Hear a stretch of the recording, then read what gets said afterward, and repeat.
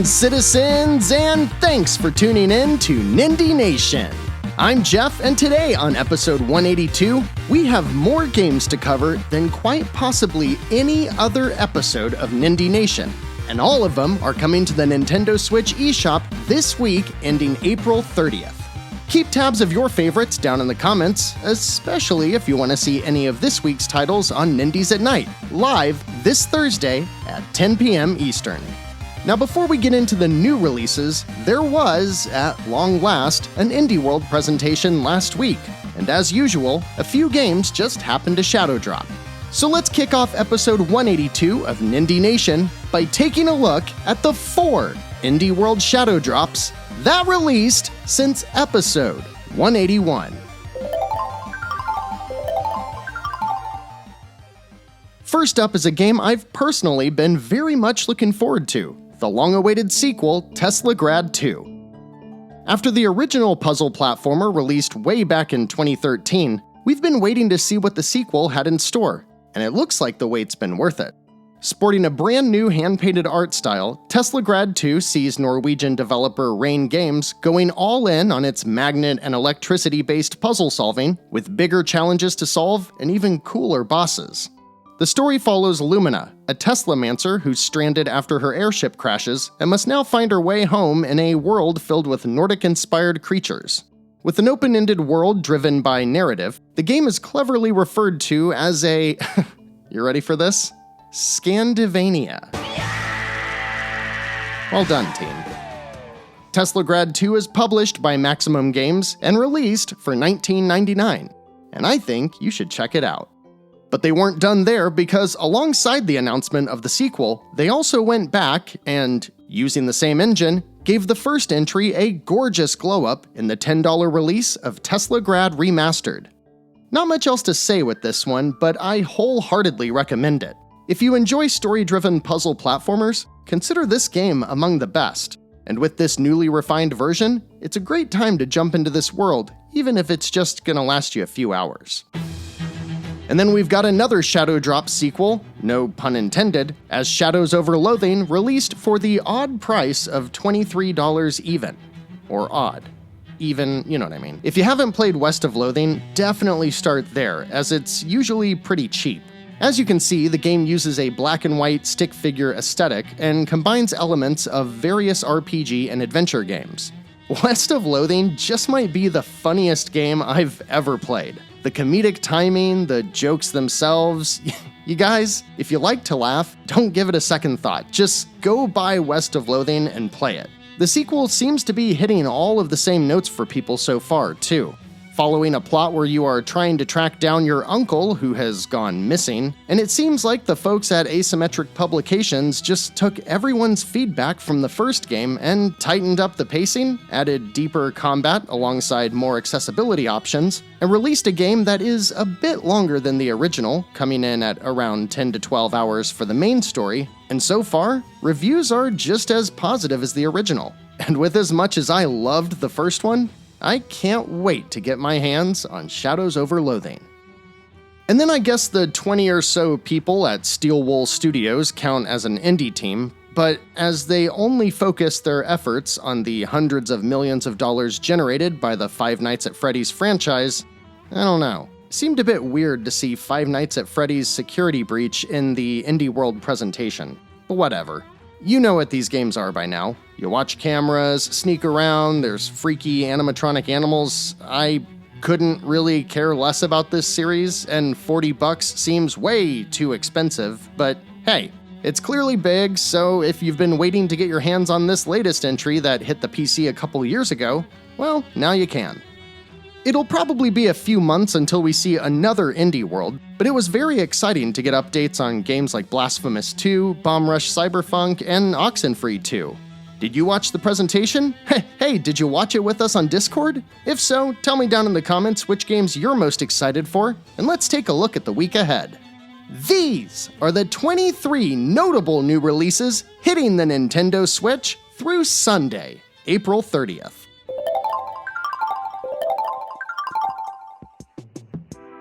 On Monday, April 24th, Limbo Lane and Serenity Forge release Smile for Me, otherwise known as the game I own like 5 different copies of because it's always included with PC bundles.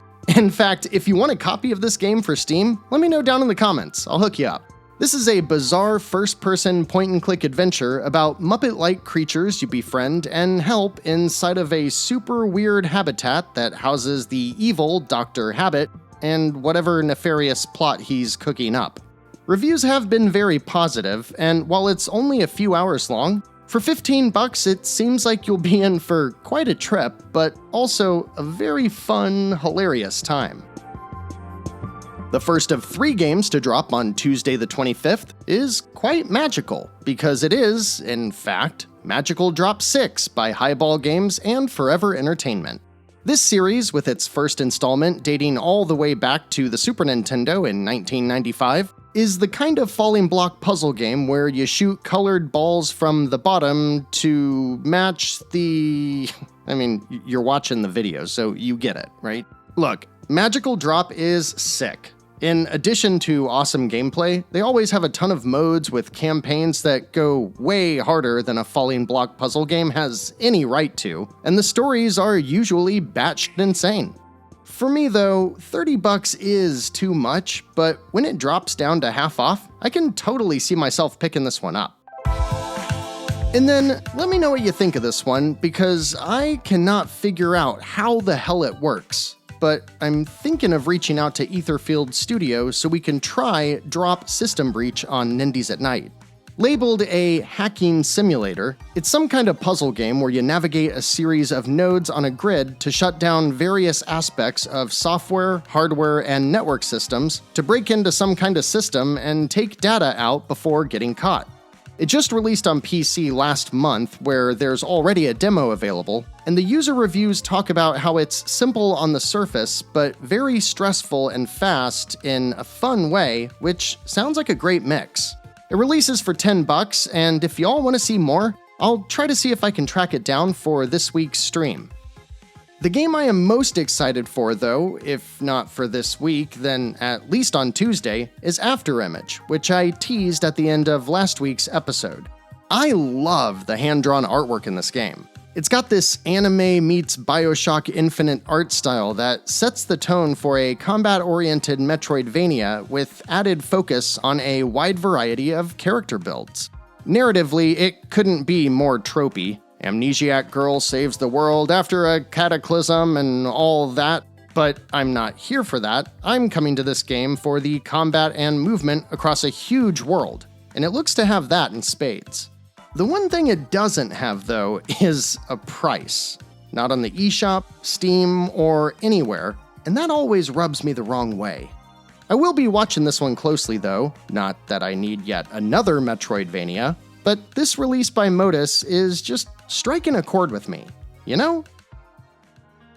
On Wednesday the 26th, we've got 4 games releasing, and all of them look very promising. If you have a smartphone or tablet, which I assume almost all of you do, and you haven't played Monument Valley, you need to. Monument Valley and its sequel are quintessential mobile games, and their lowest Metacritic score being an 89 should provide enough justification that if you haven't played them, just go play them. Us2, the team who developed Monument Valley, is releasing their next big game on the Switch this week, and it's their heritage of excellence that gives me hope for Desta, The Memories Between. This is a bit of a deep cut, but if you're familiar with Supergiant's Transistor and Pyre, Desta seems kinda like a mix between the two. It's a character-driven roguelike with an isometric perspective that's all about exploring ever-evolving dreams where you play a sport that resembles RPG dodgeball. Are you sold yet? Come on, beautiful dreamlike visuals, roguelike gameplay, RPG dodgeball, and all from one of the highest-rated developers of the last decade? Unfortunately, it's yet another that doesn't show a price, but if one is published by time this video goes live, I'll make a note on screen right here so you know how much it costs, and hopefully we'll be checking it out as well on Nindies Nite. Or, how about a game with such a clever name, it practically tells you everything you need to know about it? Manga Vania is a Metroid-like by Alexander Nikolaev and sometimes you that puts you in the shoes of a ninja who explores a black and white, 1-bit world full of platforming, combat, puzzles, and secrets to find. I'm not sure how long it is, but it's releasing for only $3.99, so it's a pretty small risk to take. And yet another game this week that I intend on checking out. And then one of the surprises for me this week is the X-Crawlers by Valkyrie Initiative and Game Dynasty. It might look like Vampire Survivors, but it's more of an arena-based action roguelike. You do level up in every run, and there's a system that lets you choose who to fight and who to run away from, while giving you a ton of options for a unique build every run. It isn't randomly generated though, which makes sense because a big part of the game are hidden walls and doorways and passages, but for me, that still hurts the replay value.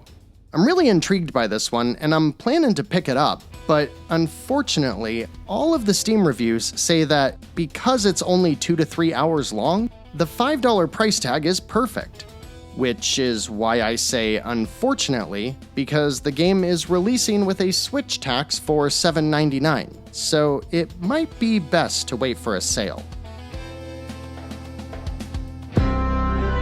And we arrive at the big Thursday drop with a game that I'm not really so sure about. Bramble the Mountain King kinda gives me vibes as if Limbo were made in 3D.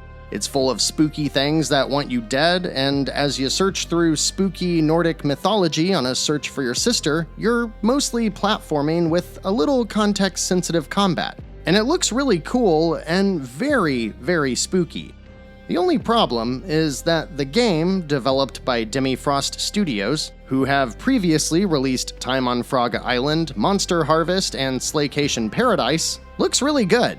And while that's great for the game, I'm not so sure how it's gonna fare for the Switch.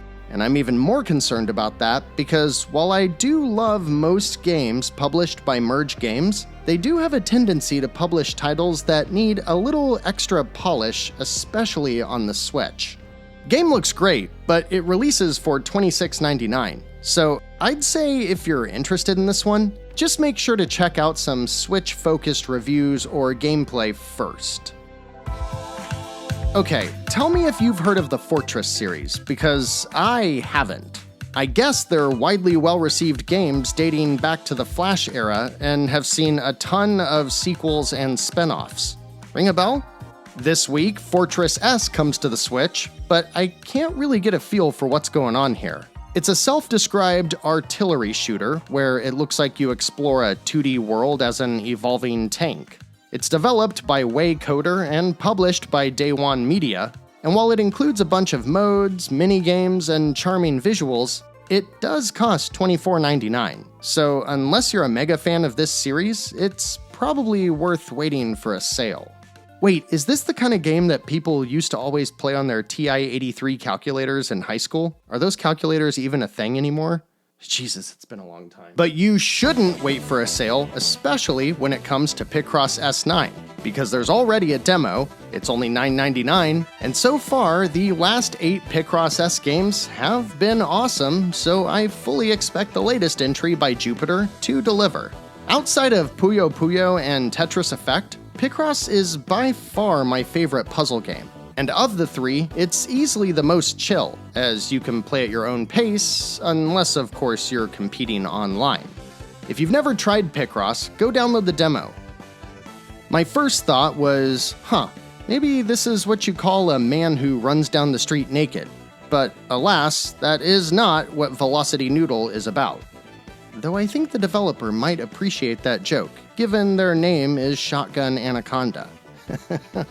And that's a badass name. Rather, it's one of the more interesting crosses between a precision platformer and a speedrunner that we've seen in a while.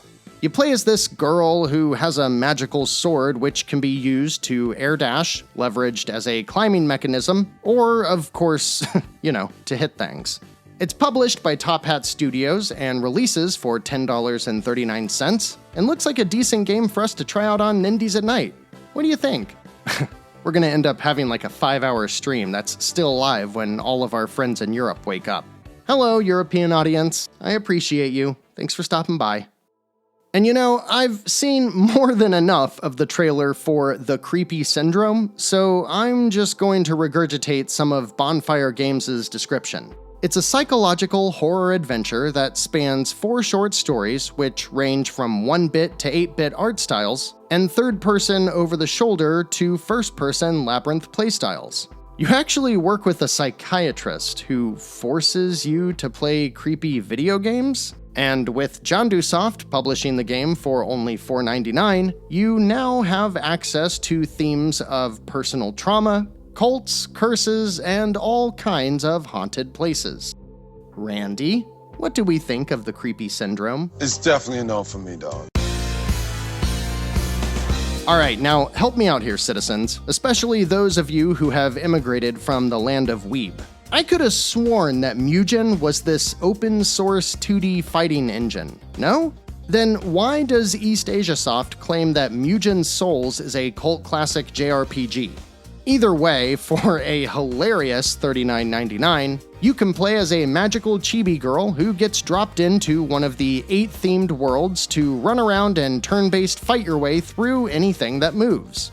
Honestly, the game does look really fun, but I ain't going anywhere near it for that price. I do want to know why I'm getting this game mixed up with a 2D fighter though, so tell me down in the comments. If you were to tell me that Ash of Gods: The Way was the next game by Stoic Studio, you know, the team behind the Banner Saga, I'd probably believe you. And just where the hell are they anyways? It's been 5 years since Banner Saga 3. Sorry. Anyways, Ash of Gods is actually developed by Aurum Dust, who has been working on this series since, oddly enough, around 2018. Do I smell a conspiracy? It's a turn-based RPG that mixes visual novel storytelling with card-based combat in a world and using a visual style that's very reminiscent to the Banner Saga. In other words, I think it looks awesome. The rules of combat change in every battle, so like Final Fantasy Tactics Advance, you'll always have to be on your toes and paying attention. Oh wait, I just remembered the judge is what everybody hated about Final Fantasy Tactics Advance. It releases for $22.49 and is the 3rd entry in this series that, now that I've been made aware of it, I just might have to go check out from the beginning. Inverse City is a self-described puzzle platformer that features handstand. And no lie, this game's description features the word handstand like every 5th word. You run around trying to save a city by doing handstands, and the handstand makes items on the ground fly to the sky and vice versa. And that's how you build platforms, push buttons, and do whatever it is that you need to do to end up saving the city, with handstands.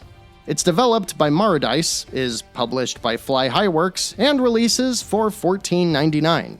They also publish Ninja Smasher by Cucumber Factory for $6.39, and this little guy is also an 8-bit action platformer where your attacks reload your air dash and jumps. You know, like The Messenger. Except this game actually released on PC a couple years before The Messenger.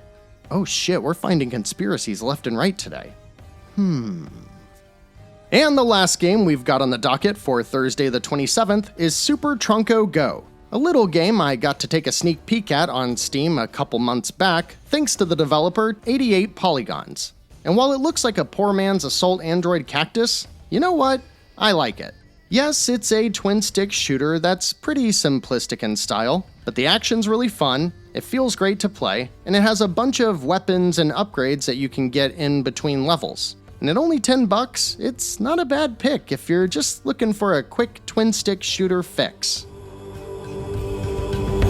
Phew, we're getting close, citizens, but don't touch that remote yet because, wait, does anyone using YouTube actually use a remote? I do, but I'm old, and I think most of you probably watch on your phone. Hey, want another chance to win a game this week? Tell me down in the comments what you're doing while listening to this episode, as well as what device you're on, and I'll enter your name into a drawing to win a game. No promises on what it's going to be, though. Anyways, pay attention, because this week we've got Nuclear Blaze, and this is something to pay attention to. Can you tell why yet? What does it look like? Let's see, we got platforming with gorgeous pixel art, a system built around firefighting, and if you haven't put your finger on it yet, this is the next game released by the creator of Dead Cells. Deep Night Games went off to build this game about a year after Dead Cells was released, and it hit the PC in late 2021. You're a firefighter who is airdropped into a secret military facility that is, well, on fire. You explore the area, save people, and you can save kittens, and you track down secrets which will tell you more about what happened. The reviews are very interesting for this game, as they love the visuals, they say the gameplay is fun, as long as you know what you're getting into, because this isn't Dead Cells, but they say the game is only a couple of hours long and felt a bit unfinished. But that was all in 2021, and the game has seen a couple of big updates since, including a kid mode with auto-aim and simpler objectives, and a quote, "Hold my beer" mode, which adds a bunch of secrets to find. Will those additions and other updates from the past 2 years help to tip the scales from this game's 75 score on Metacritic? Which is pretty good, by the way. It's hard to say, but it seems like it could, and I'm very interested in checking this game out. So hopefully we'll be able to play it on Nindies Nite this week. Nuclear Blaze is published by Red Art Games and releases on Friday with a discount for $13.49. And then the quicker I can stop looking at this game, the better. And I'm only covering it because since releasing for PC in 2015, Fran Bow by Kill Monday Games has received very positive reviews. It's a point-and-click adventure that is scary as hell with truly nightmarish visuals that follows a girl who uncovers other worlds as she tries to figure out how her parents died. Seriously though, I read like a dozen reviews that all boiled down to, If you are bored of point-and-click adventure games and you like horrifying imagery, don't miss Fran Bow. So, if that statement is applicable to you, it's available this Friday for $19.99. Also horrifying, but for a completely different reason, Minabo, A Walk Through Life is a roguelike about turnips? You pick one of these little turnip dudes, and as they walk, time passes. You choose how they interact with others, and how they spend their time, and what they do when they walk, and then how it... But you... Yeah, I don't know how to describe this game.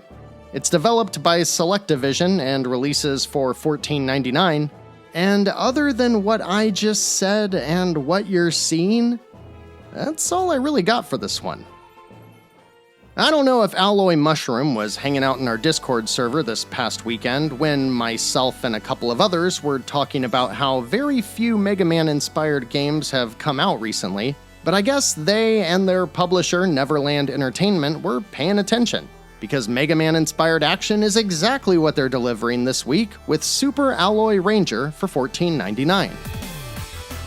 With a good deal of positive reception since last year's release on other platforms, this game lets you pick between two characters that basically boil down to shooting or melee, and just based on your preference. Then it sets you out on an action-packed adventure where each level ends with a one-on-one boss fight. From what I can tell, the takeaway here is that it isn't going to live up to those all-time classics, but fans of this style, specifically the Mega Man X series with its added movement abilities, are gonna find a lot to like here. It's a bit disappointing that this game has yet another Switch tax this week and is 50% more expensive on the Switch, so that puts it straight onto my wish list for now. But once it drops to match the $10 price on PC, I'll probably give this game a shot. And then, oh my goodness, our 27th and final game to cover in today's episode is actually the odd Saturday release, as Terrain Games drops Terraflame for $19.99. This 90s-inspired side-scrolling shmup captures the style of that era so well, I spent a good few minutes researching just to make sure it wasn't a re-release of some game I've never heard about. And nope, it's just a super authentic looking sci-fi shooter that seems like it could have lived a past life on the TurboGrafx 16. And you know what? That sounds like a pretty cool way to round out the week. Wow, was that the most games I've ever covered in an episode? It's gotta be up there. If I had to pick a top 3, I'd probably go with Grad 2, Desta, and Manga Vania. But man, the X-Crawlers, Bramble, Picross, of course, Ash of Gods, Nuclear Blaze, there are so many games this week. What are you picking up?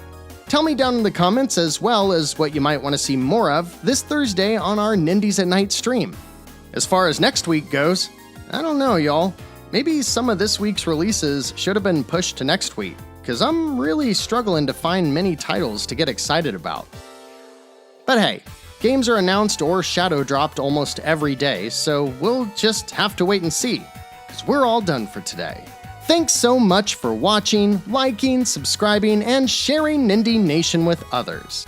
Until next time, I'm Jeff. This has been Nindie Nation episode 182. And remember, no matter what type of game you're looking for, Nindie Nation will be right here to help you find just the thing to keep your Joy-Cons synced.